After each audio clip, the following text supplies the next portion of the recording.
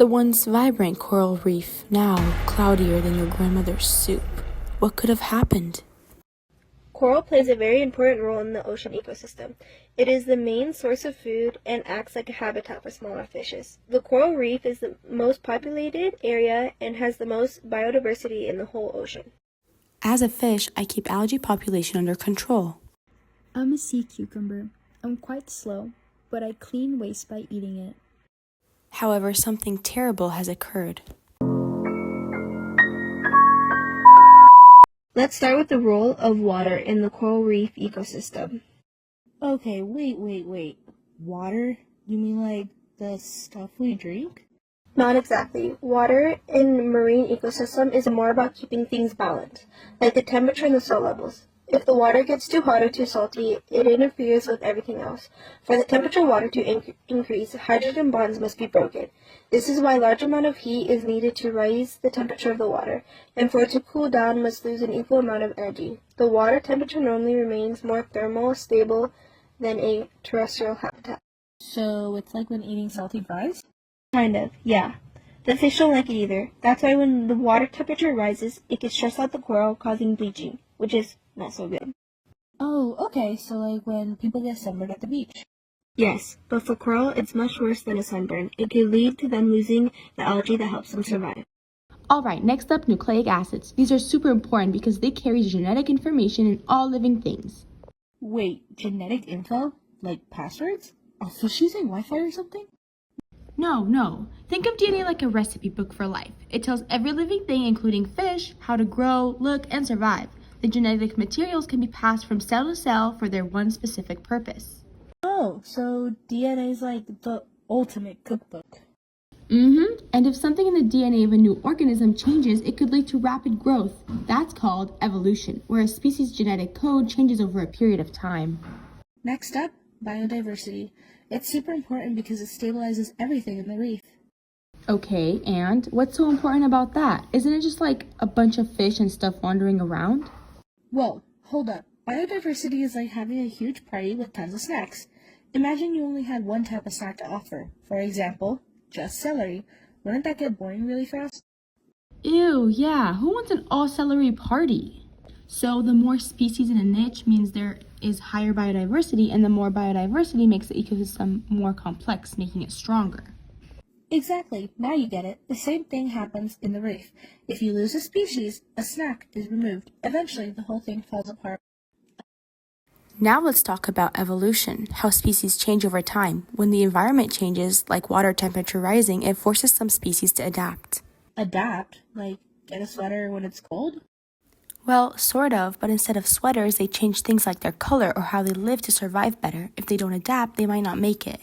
The genetic code allows the species to have a better chance of survival. It's called survival of the fittest. Oh, I get it. Who is your ancestor? Welcome, my fellow fishy friends, to the Family Game Show. Today, we will predict your ancestors based on your characters and how you evolved. My ancestor is called Amphiprion percula. I evolved into my size traits based on the habitat in New Caledonia. I needed a perch-like oval and laterally compressed with an interrupted lateral line.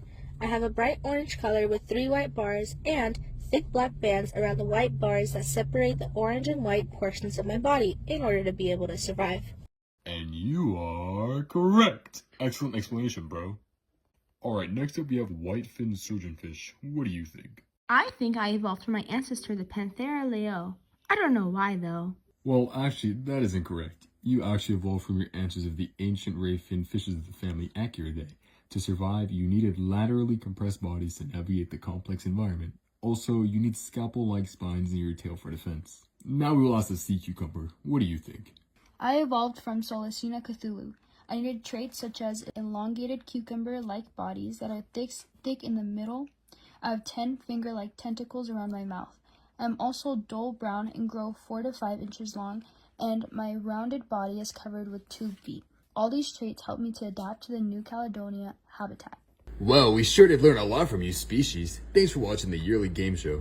Who's your ancestor? Now, let's up the positive vibes and let's hear from our daily news.